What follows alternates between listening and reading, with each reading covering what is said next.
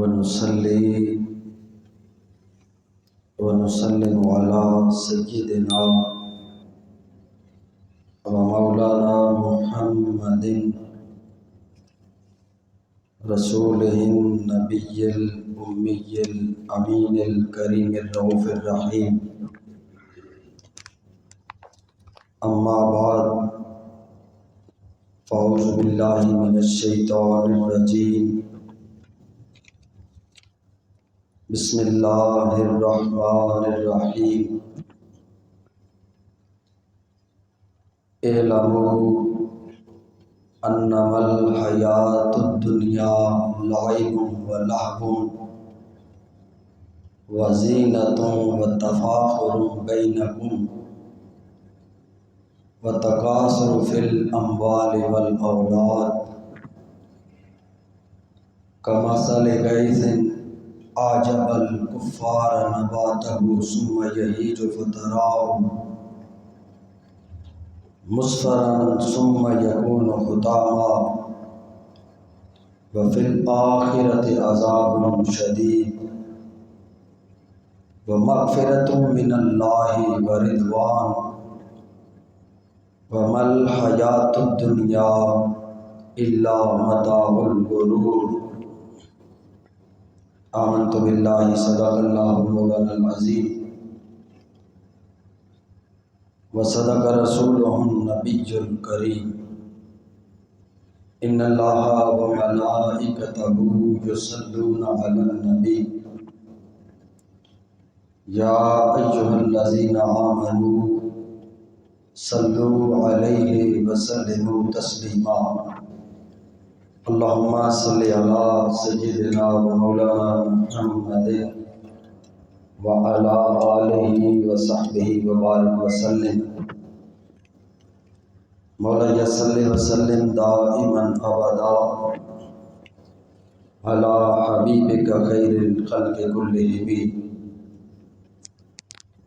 یا رب بالمصطفیٰ بلغ مقاصدنا واغفر لنا ما مضى یا واسع الکرم. تیرا بندہ تیری توصیف و ثنا کرتا ہے، میرا ہر سانس تیرا شکر ادا کرتا ہے. میرے مولا تیرے آگے میری جھکتی ہوئی پیشانی سے میری ہر بات کا آغاز ہوا کرتا ہے، اور رزق دیتا ہے تو پتھر میں چھپے کیڑے کو، تو ہی سوکھی ہوئی شاخوں کو ہرا کرتا ہے. بڑا نادان ہے تجھے دور سمجھنے والا، اور تو رگے جاں سے بھی نزدیک ہوا کرتا ہے. کروڑا شکر اور احسان مالک لم یزل کا، اور کروڑوں درود و سلام تاجدار کائنات سرور انبیاء صلی اللہ علیہ وآلہ وسلم کی ذات انور پر، کہ جن کے تصدق اور توسل سے آج ہم اللہ کی بارگاہ میں نماز جمعہ کے لیے حاضر ہیں. میرا کریم اللہ حق سچ کو بیان کرنے اور پھر اسے سن سنا کر عمل کی توفیق عطا فرمائے.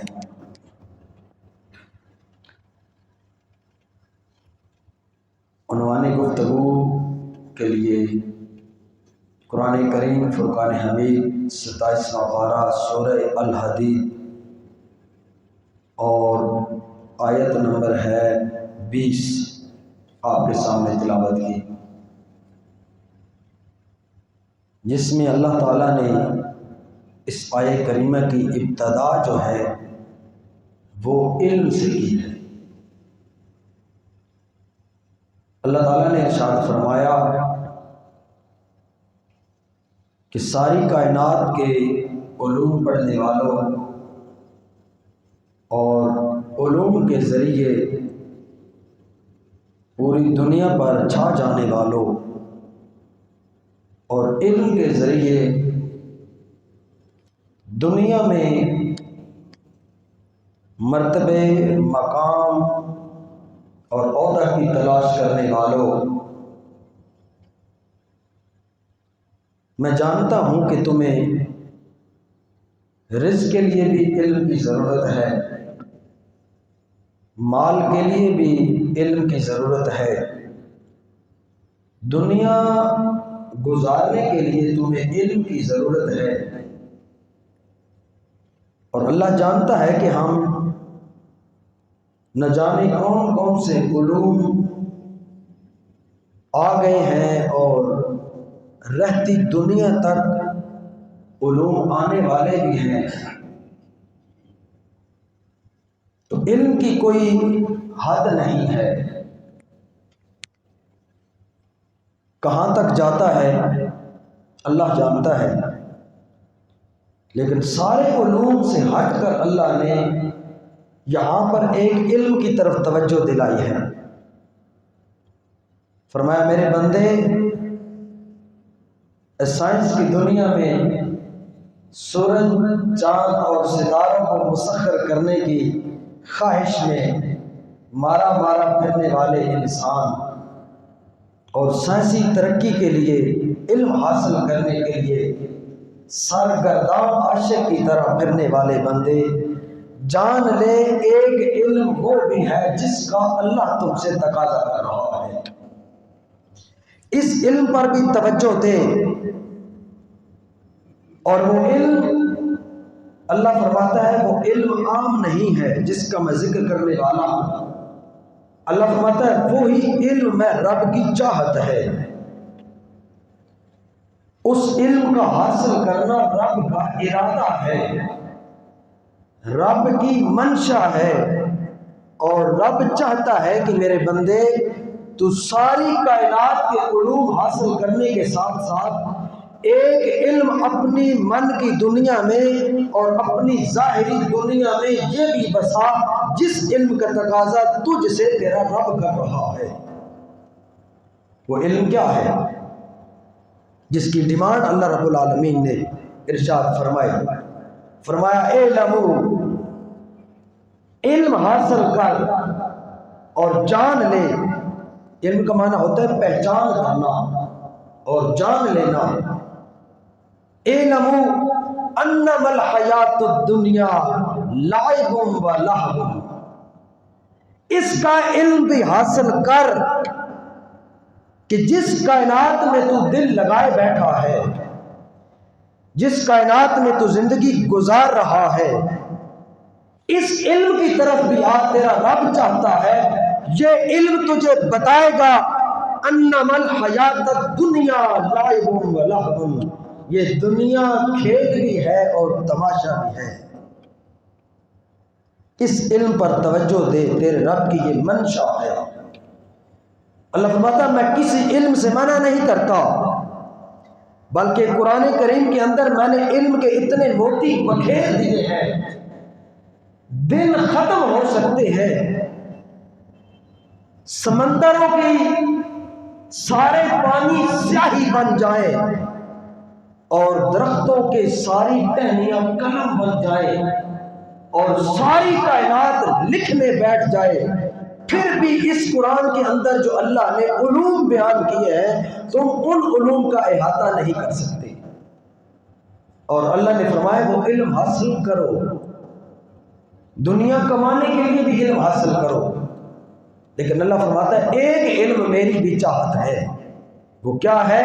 انما الحیات الدنیا اعلموا، اللہ نے پہلے لفظ ہی اعلموا لگایا، علم حاصل کرو اور جان لو کہ یہ جو دنیا کی زندگی ہے یہ سوائے کھیل اور تماشے کے کچھ بھی نہیں۔ خواجہ غلام فرید رحمۃ اللہ تعالی کوٹ مٹھن، آپ نے فرمایا کہ انسان کو جب دیکھا بڑی کاٹن اور لٹھا اور اکڑ اور ریل پیل دنیا داری پیسہ دنیا، تو آپ نے جب نظر دوڑائی تو آپ نے فرمایا ویگ فریدا مٹی پھلی، مٹی دیکھ کے مٹی بھولی، مٹی دے وچ مٹی رلی، اور فرمایا مٹی ہنسی مٹی روئی، کھیڈ کود پھر مٹی ہوئی۔ فرمایا تیری اصلیت کیا ہے؟ مٹی ہے، تو مٹی سے بنا ہے، تیرا خمیر مٹی سے تیار کیا گیا، اور مٹی کا یہ قاعدہ اور قانون ہے کہ جو مٹی جس زمین کی جگہ سے نکالی جاتی ہے وہ مٹی اسی زمین کی اسی تہہ میں ڈالی جاتی ہے۔ مٹی لوٹ کر اپنی اصل کی طرف جاتی ہے۔ کل شیء یرجع الی اصلہ، ہر چیز نے اپنی اصل کی طرف لوٹنا ہے، اور اصل ہر چیز کی مٹی ہے۔ اس کائنات میں جو کچھ وجود میں آیا ہے اس کی ابتدا کہاں سے ہے؟ مٹی سے ہے، اور مٹی کو ایک بیج کا درجہ دیا گیا ہے۔ جس طرح فرمایا کہ ایک کسان زمین کے اندر ایک بیج کا دانہ بیج دیتا ہے، پھر وہ کومپل نکلتی ہے زمین کا سینہ چیر کر، پھر وہ کومپل پودا بنتی ہے، پھر درخت بنتی ہے، پھر اس پر پھول لگتے ہیں، پھل لگتے ہیں، پھل انسان توڑتا ہے، پھل کھاتا ہے، اور پھل کھانے کے بعد جو بچ جاتی ہے چیز وہ بیج ہوتا ہے۔ انسان کی مثال بھی ایسے ہی ہے۔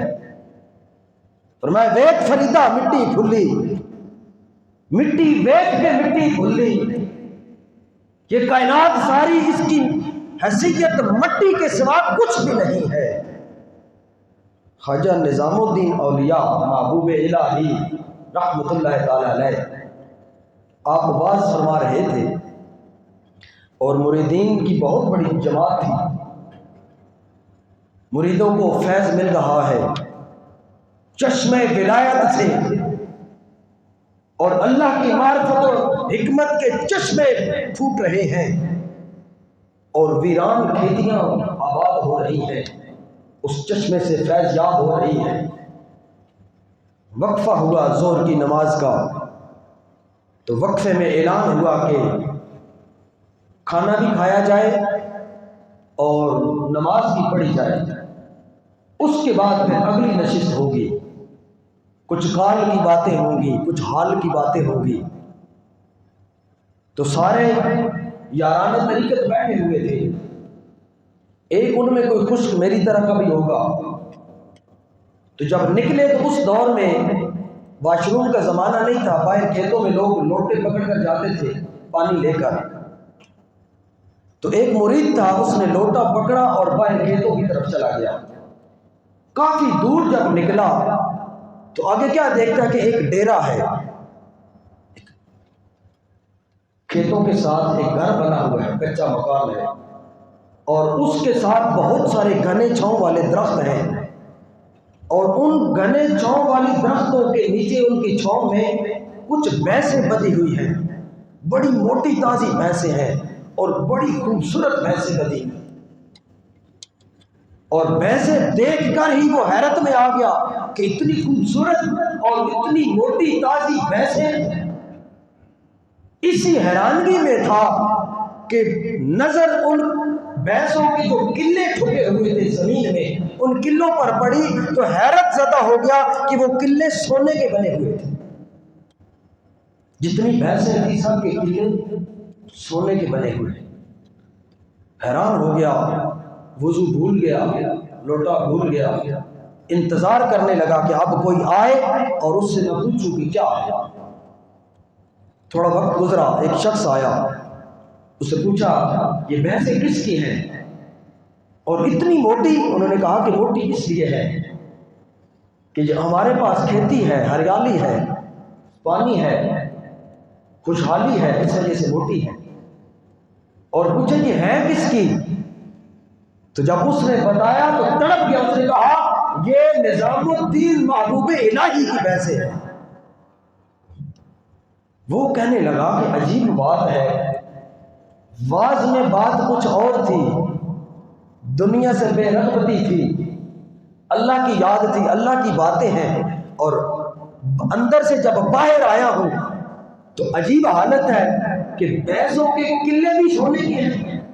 اتنی دنیا داری اور اتنا مال، اندر تو مال کی کثرت سے ڈرایا جا رہا تھا، اور یہاں پر مال اتنا زیادہ کہ قلعے بھی سونے کے ہیں. لوٹا رکھ دیا اور دوڑتا ہوا آیا. محبوب الہی، نماز بعد میں ہوگی، پہلے میرے سوال کا جواب ہوگا. اندر معاملات کچھ اور تھے اور باہر کے معاملات کچھ اور ہیں. محبوب الہی، تم بتا رہے تھے کہ دنیا سے بے رغبت ہو جاؤ، تمہیں خدا کا قرب مل جائے گا. ہمیں دنیا سے دور کرنے کا پلان تیار کر رہے ہو اور درس دے رہے ہو، اور اپنی حالت یہ ہے کہ تیری بھینسوں کے قلعے بھی سونے کے ہیں. محبوب الہی رحمت اللہ علیہ نے اپنے مریدوں کو آواز دی اور فرمایا نماز بعد میں ہوگی، اس شخص کے سوالات کے جواب پہلے ہوں گے. مرید پھر اکٹھے ہو گئے. محبوب الہی نے پوچھا تو نے دیکھا کیا ہے؟ اس نے کہا حضور میں نے بھینسیں دیکھی ہیں اور بھینسوں کے قلعے سونے کے دیکھے ہیں. فرمایا اللہ کی عزت کی قسم، اگر تیری نظر اس سونے پر پڑی ہے تو یہ تیرا قصور ہے. تو نے یہ نہیں دیکھا کہ قلعہ سونے کا ہے، لیکن محبوب الہی نے اس کو ٹھوکا ہوا زمین کے اندر ہے.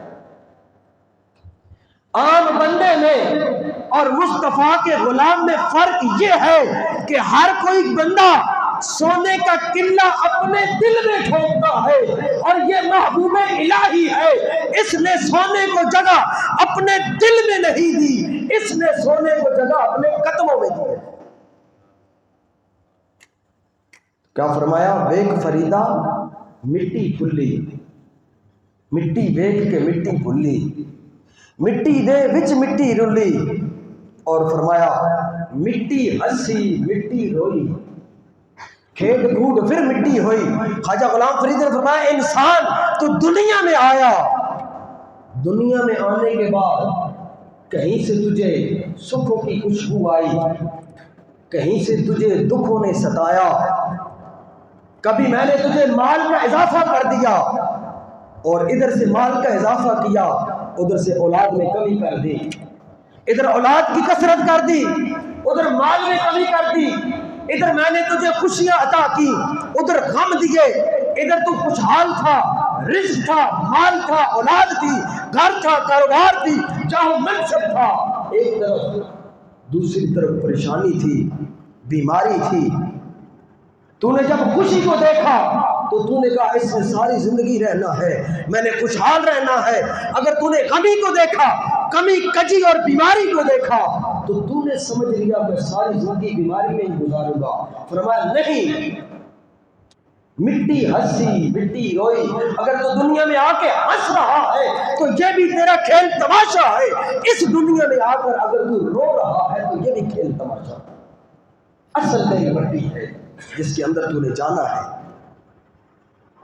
مٹی ہنسی مٹی روئی، کھیڈ کود پھر مٹی ہوئی. اسی بات کا ذکر خواجہ غلام فرید نے کیا جس کو اللہ تعالیٰ نے قرآن میں ارشاد فرمایا سورہ الحدید میں.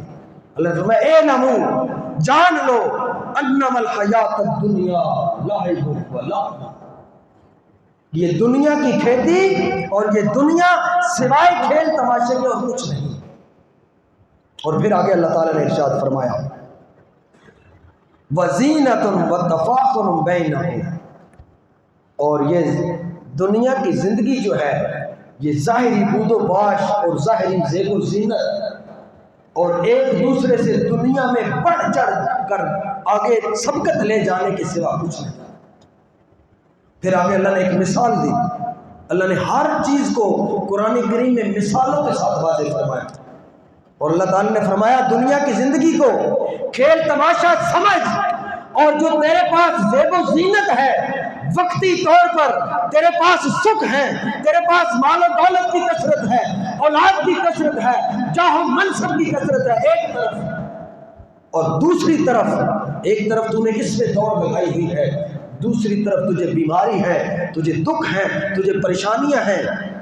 تو فرمایا اس کی مثال سن، نہ تیرے دکھ ساری زندگی رہنے ہیں نہ تیرے سکھ ساری زندگی رہنا ہے۔ مولا بننا کیا ہے؟ فرمایا جان لے اس کھیل تماشے کے بعد، یہ کھیل کھیلنے کے بعد اگر سکھ کا کھیل کھیل رہا ہے پھر بھی میری بارگاہ میں آنا ہے، اگر دکھ کا کھیل کھیل رہا ہے پھر بھی میری بارگاہ میں آنا ہے۔ پھر اللہ نے آگے ایک مثال دی۔ مثال کیا ہے؟ فرمایا کمثل غیث اعجب الکفار، اس کی مثال بارش کی سی ہے جس کی پیداوار کسان اور کافر کو بھلی لگتی ہے۔ اللہ نے یہاں پر کھیتی باڑی کرنے والے کو کافر کہا ہے۔ ان اعجب الکفار، میں دوبارہ آیت پڑھتا ہوں ذرا سنیں کہ کھیتی باڑی یہ تو تیرا حکم ہے، رزق حلال ہے، مولا کافر کسے کہہ رہا ہے؟ کھیتی باڑی کرنے والے کو؟ کیا ہر کھیتی باڑی کرنے والا کافر ہے؟ فرمایا سنو، کمثل غیث اعجب الکفار،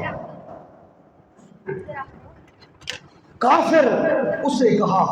اللہ نے فرمایا ایک کسان ہے، اس کی مثال ایسی ہے کہ کسان زمین میں بیج بوتا ہے، بیج بونے کے بعد پھر گھر واپس لوٹ جاتا ہے، دوسرے دن تیسرے دن آ کے اپنی زمین کھیت کے ایک کونے پر کھڑا ہو جاتا ہے اور آسمانوں کی طرف بار بار نگاہ دوڑاتا ہے اور بارش کا انتظار کرتا ہے، بارش کی دعائیں مانگتا ہے۔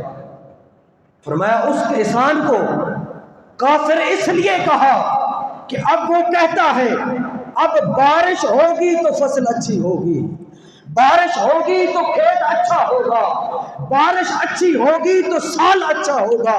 جب بارش برستی ہے تو اللہ نے فرمایا اس کسان کا جس نے سارا سال اس کھیت میں ہل چلایا، ہل چلانے کے بعد اس کسان نے اچھا بیج بویا، پھر بیج بونے کے بعد بارش کا انتظار کرنے لگا، جب آسمانوں سے اللہ نے پاک و پاکیزہ پانی برسایا تو پانی برستے ہی اس کا سینہ کھل کھل جانے لگا۔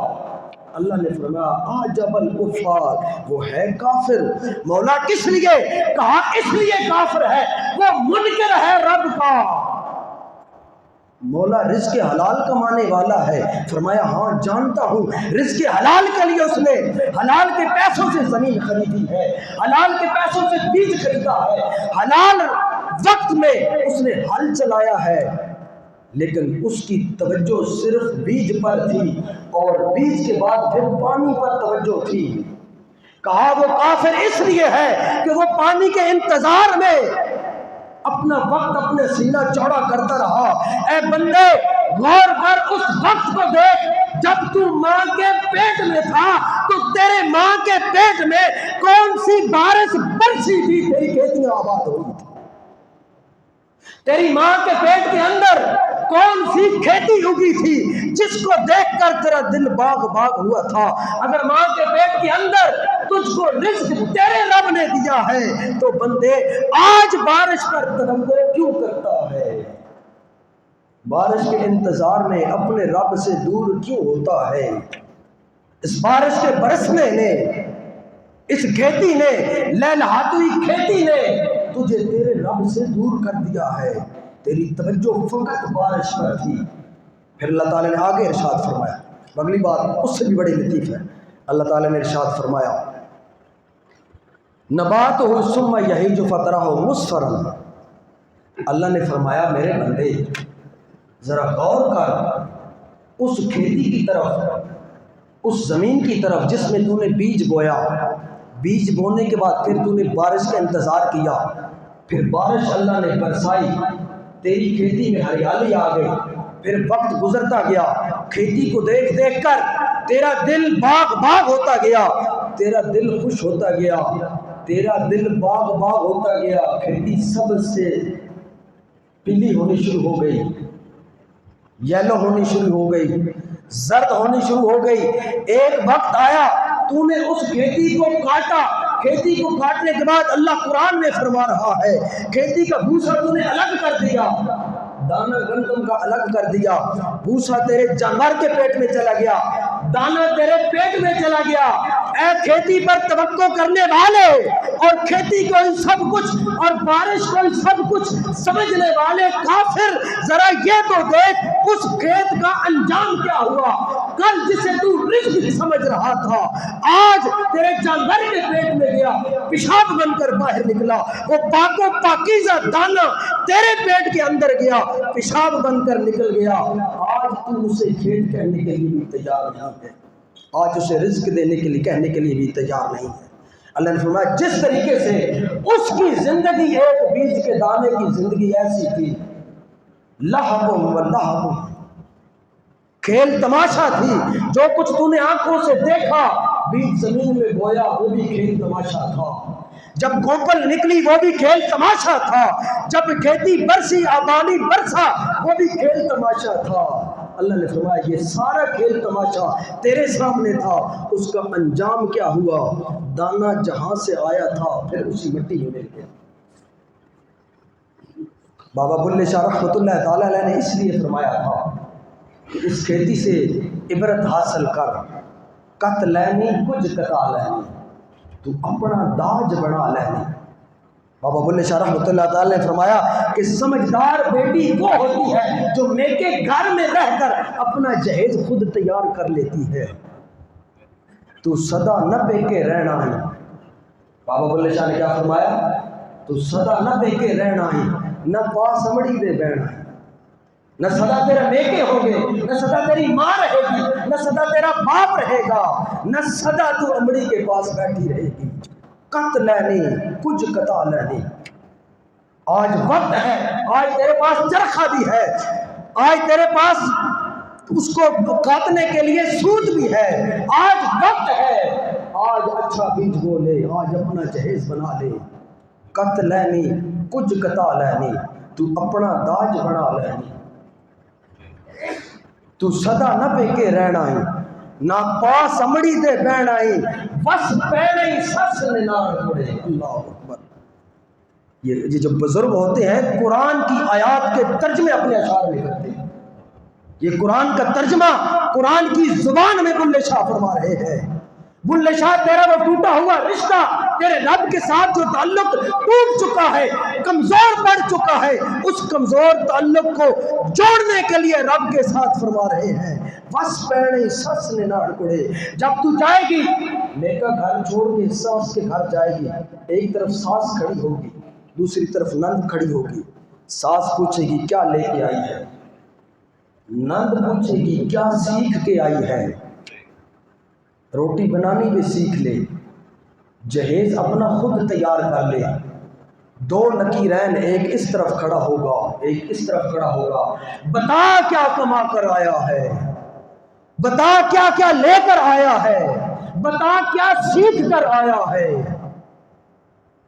قط لینی کچھ قطع لینی، تو اپنا داج بڑا لینی۔ پھر بلے شاہ رحمۃ اللہ تعالی علیہ نے فرمایا اور گج اج گھر وچ نوی کپاہ کوڑے، میری بات سمجھنی، وقت تھوڑا تشریح کا ٹائم نہیں۔ اج گھر وچ نوی کپاہ کوڑے، تو جب جب ویل نہ ڈا کوڑے۔ آج اگر کپاہ گھر میں آ گئی ہے تو ویلنا ڈانے میں دیری نہ کر، یہ نہ ہو کہ کہیں کیڑا لگ جائے اس کو اور تیری کپاہ کو وہ کھا جائے۔ روح ویلن وچ پنجاون جا کوڑے، مڑ کل نہ تیرا جان کوڑے۔ اگر آج نہ گئی، آج تم نے اپنی کپاہ کو نہ بھجوایا تو کل تیرے پاس وقت نہیں ہوگا۔ آج وقت ہے، آج اپنا جہیز بنا لے۔ اور پھر فرمایا نت متی دیندی ماں دیئے، کیوں پھرنی ایویں آ دیئے، وقت ضائع کر رہی ہے۔ آج وقت ہے، موسم اچھا، پانی وافر، مٹی بھی زرخیز۔ حضور سیدی ضیاء الحمد پیر محمد کرم شاہ رحمۃ اللہ تعالی علیہ، میرے مرشد کریم ڈیرہ شریف والے، آپ فرماتے تھے موسم اچھا، پانی وافر، مٹی بھی زرخیز، جس نے اپنا کھیت نہ سینچا وہ کیسا کسان۔ اچھی فصل ہونے کے لیے موسم کا ہونا ضروری ہے۔ پھر موسم اگر فصل بیجنے کا ہو تو پھر دوسری چیز کیا ضروری ہے؟ پانی وافر مقدار میں ہونا چاہیے۔ اگر وقت پر فصل بیج دی جائے، پانی اسے نہ ملے تو فصل اچھی نہیں ہوتی۔ فرمایا موسم پہلی بات ہے کہ اگر جوار بیج رہے ہو تو موسم گندم کا نہیں ہونا چاہیے، جوار کا ہی موسم ہونا چاہیے، موسم اچھا، پانی وافر، اور تیسری چیز کیا ضروری ہے، وقت بھی موسم بھی اچھا ہو، پانی بھی وافر مقدار میں ہو، مٹی زرخیز نہ ہو تو پھر بھی فصل اچھی ہوتی نہیں۔ فرمایا اگر تینوں چیزیں موجود ہوں، موسم اچھا، پانی وافر، مٹی بھی زرخیز، تو پھر جس نے اپنا کھیت نہ سینچا وہ کیسا کسان۔ آج وقت ہے، آج اللہ نے موسم بھی دیا ہے، آج پانی بھی دیا ہے، آج تیرے پاس زمین بھی زرخیز ہے، آج وقت ہے اچھا بیج بولے، آج لے ان کی پناہ، آج مدد مانگ ان سے، کل نہ مانیں گے قیامت میں اگر مان گیا۔ کوئی شخص کھڑا تھا چوک میں کھڑا رو رہا تھا، پوچھا کیوں روتے ہو؟ کہا اس لیے روتا ہوں میں صلح کروانا چاہتا ہوں۔ ایک فریق مانتا ہے دوسرا نہیں مانتا۔ کہا کس کس کی صلح کروا رہے ہو؟ کہا رب کی اور بندوں کی صلح کروا رہا ہوں۔ تو روتے کیوں ہو؟ کہا روتا اس لیے ہوں، وہ مانتا ہے رب صلح کرنا چاہتا ہے، رب بلاتا ہے اپنے طرف، رب ملاقات کرنا چاہتا ہے، وہ کہتا ہے آ جاؤ میرے دروازے کھلے ہیں، میں اپنے دروازے پر کھڑا ہو کر اپنی شان کے لائق تمہارے آنے کا انتظار کر رہا ہوں۔ میرے بندے کب آئے گا؟ میرے روٹھے ہوئے بندے کب میرے ساتھ تو صلح کرنے کے لیے آئے گا؟ تو پوچھا روتے کیوں ہو؟ کہا روتا اس لیے ہوں، رب صلح کرنا چاہتا ہے، بندے صلح کے لیے تیار نہیں۔ وہ سنتا ہے، وہ کہتا ہے لے آ ان کو، میں نے اس سے بات کی ہے، اس نے کہا لے آ ان کو بتا کہ یہ دنیا کھیل تماشے کے سوا کچھ نہیں ہے۔ مٹی داتو مٹی ہونا تے قادی بلے بلے، اج مٹی دے اتے بندیا کل مٹی دے تھلے۔ وقت آج ہے اس سے صلح کرنے کا، روتا اس لیے ہوں وہ صلح کرنا چاہتا ہے، وہ بلا رہا ہے، وہ ہر وقت تیار ہے، وہ ندائیں دے رہا ہے بندے آ جا میرے ساتھ صلح کر لے۔ روتا اس لیے ہوں بندہ صلح کرنے کے لیے تیار نہیں ہے۔ کچھ وقت گزرا، اسی شخص کو کسی نے قبرستان میں روتا ہوا دیکھا، کہا آج کیوں روتے ہو؟ کہا آج بھی معاملہ وہی ہے، آج صلح کروا رہا ہوں۔ کہا آج کس کی صلح کروا رہے ہو؟ کہا کل میں زندہ لوگوں کی ان کے رب کے ساتھ صلح کروا رہا تھا، وہ نہ مانے، میں نے سوچا زندہ نہیں مانتے تو ہو سکتا ہے مر جانے والے مان جائیں، کیونکہ یہ وہ ہیں رب نے تو کہا تھا میری بارگاہ میں آنا ہے، آ جا، آج نہیں آئے گا، آج کھلے چہرے کے ساتھ میرے سامنے آ جا۔ آج اگر چہرہ کھلا نہیں لے کر آئے گا، کل چہرہ چھپا کر آئے گا، کل چہرہ چھپا کر آنا ہے۔ جب کفن کے پردے میں تجھے لپیٹا جائے گا تو چہرہ چھپا کر بھی تو میرے پاس ہی آنا ہے۔ آج کھلا چہرہ لے کر آ جا، میرے ساتھ صلح کر لے، آج اپنے قدموں سے چل کر آ جا میری بارگاہ میں، آج اپنے قدموں پہ چل کر میری بارگاہ میں صلح کرنے کے لیے آ جا۔ آج اگر میری بارگاہ میں اپنے قدموں کے ساتھ چل کر نہیں آیا، ایک وقت آنے والا ہے جب 4 بندے تجھے کندھوں پر اٹھا کر میری بارگاہ میں لے، پھر بھی تو آنا ہے، آنا ہے میری بارگاہ میں، میری بارگاہ سے دور نہیں ہو سکتا، نہیں ہو سکتا، نہیں ہو سکتا۔ تیرا اور میرا رشتہ ایسا ہے، میری طرف سے آیا تھا اور لوٹ کر میری طرف ہی تو نے جانا۔ آ جا، کھلے منہ کے ساتھ آ جا، ورنہ منہ چھپا کے آئے گا، خود چل کر آ جا، نہیں تو تجھے کندھوں پر اٹھا کے بھی میری بارگاہ میں منو مٹی کے نیچے بھی آ کر مجھ سے ملاقات کرنی۔ پوچھا میں آج ادھر پھر کیوں روتے ہو قبرستان میں؟ کہا میں چوک میں کھڑا ہو کر آوازیں دے کر لوگوں آ جاؤ، رب پکار رہا ہے، وہ کہہ رہا ہے میرے روٹے ہوئے بندو آ جاؤ، میں رب کے ساتھ راضی نامہ کر لوں۔ وہ زندہ لوگ نہ مانے تو میں نے سوچا شاید قبرستان والے مان جائیں، تو فرمایا آج کیا ہوا؟ کہا آج معاملہ الٹ ہو گیا ہے، روتا اس لیے ہوں کل وہ مانتے تھے، وہ مانتا تھا، یہ نہیں مانتے تھے، آج یہ مان رہے ہیں، آج وہ نہیں مان رہا۔ اس لیے روتا ہوں کہ کل بندے نہیں مانتے تھے، رب مانتا تھا، آج اس لیے روتا ہوں کہ آج بندے مان رہے ہیں، آج وہ نہیں مان رہا۔ تاجدار کائنات صلی اللہ علیہ وسلم نے فرمایا بندو، مردہ زمین میں دفن ہونے والا تمہیں اتنی حسرتیں دنیا میں نہیں ہیں، نہ مال کی حسرت، نہ اولاد کی حسرت، نہ جاہ و منصب کی حسرت، تمہارے اندر بہت تھوڑی ہے، تمہارے سے کہیں ہزار گنا زیادہ حسرتیں مردے کے دل کے اندر ہوتی ہیں۔ تاجدار کائنات صلی اللہ علیہ وسلم نے فرمایا مردہ مرنے والا شخص ایک فریادی کی طرح ہوتا ہے، ایک ڈوبنے والے کی طرح ہوتا ہے، جو ڈوب رہا ہوتا ہے، پکار رہا ہوتا ہے کوئی مجھے بچانے والا۔ وہ کہتے ہیں نا ڈوبتے کو تنکے کا سہارا، وہ تنکے کو بھی پکڑتا ہے اور تنکا بھی اسے فیض دیتا ہے۔ جب ڈوبنے والا تنکے کو پکڑتا ہے تو ایک لمحے کے لیے ڈوبنے میں توقف آ جاتا ہے۔ تو آقا علیہ السلام نے فرمایا مردے ایک فریادی کی طرح ہوتے ہیں، قبر میں جن کو چھوڑ کر تم آتے ہو وہ ہر وقت تمہاری دعاؤں کے محتاج ہوتے ہیں، تمہاری دعاؤں کے انتظار میں ہوتے ہیں۔ جب تم ہاتھ اٹھا کر ان کے لیے دعا کرتے ہو اللہ ان کی زندگیوں میں آسانی فرما دیتا ہے۔ مرنے والا مردہ نہیں ہوتا، اگر مرنے والا مر جاتا تاجدار کائنات صلی اللہ علیہ وآلہ وسلم کبھی قبرستان میں سلام کہنے کا حکم نہ دیتے۔ اگر مرنے والا مر جاتا مصطفیٰ کریم نماز میں کبھی اپنے مرنے والوں کے لیے دعا نہ مانگتے۔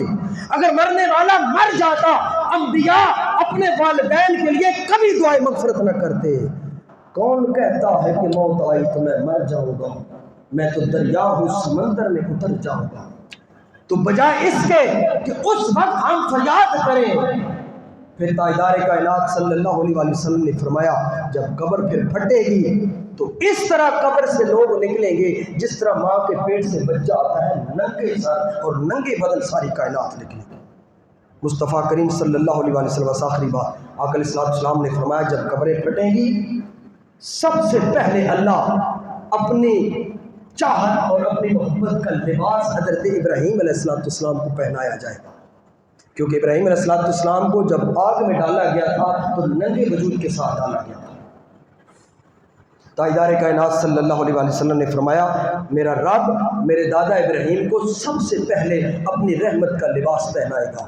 پھر آقا علیہ السلام نے فرمایا دوسرا نمبر میں محمد رسول اللہ صلی اللہ علیہ وآلہ وسلم کا ہوگا، دوسرے نمبر پر اللہ مجھے اپنی رحمت کا لباس پہنائے گا، اور تیسرا اور آخری اور بات بھی میری آخری آپ سن کر حیران ہو جائیں گے کہ تیسرا شخص کون ہے۔ آقا علیہ السلام نے فرمایا اللہ ابراہیم تاجدار کائنات صلی اللہ علیہ وآلہ وسلم کے ساتھ سارے انبیاء، اور تیسرے نمبر پر جس شخص کو ننگے شخص کو اپنا رحمت کا لباس پہنائے گا وہ شخص ہوگا جو مسجد میں 5 وقت اذان دینے والا ہوگا، مؤذن جسے ہم سب سے کم تر سمجھتے ہیں۔ آقا علیہ السلام نے فرمایا جو مؤذن ہوگا قیامت والے دن تیسرے نمبر پر اللہ اسے اپنی رحمت کا لباس پہنائے گا۔ تو قرآن کریم کی جو میں نے تلاوت آپ کے سامنے کی، اللہ تعالیٰ نے سورہ الحدید میں فرمایا میرے بندے یہ تیری زندگی کھیل اور تماشے کے سوا کچھ نہیں ہے، آج وقت ہے آج آ میری بارگاہ میں، آج میں راہ صلح کرنے کے لیے تیار ہوں، ورنہ ایک وقت آئے گا جب تو مجھ سے صلح کرے گا اور میں تجھ سے روٹھ جاؤں گا۔ انساک الیوم کما نسیتنی، میں تجھے ایسے بلا دوں گا جس طرح دنیا میں تو نے مجھے بلائے رکھا تھا۔ انساک الیوم کما نسیتنی، جس طرح تو نے مجھے دنیا میں بلائے رکھا آج میں ایسے بلاؤں گا۔ اللہ ہمیں دین اسلام پر عمل کرنے کی توفیق عطا فرمائے، سنت ادا فرمائے۔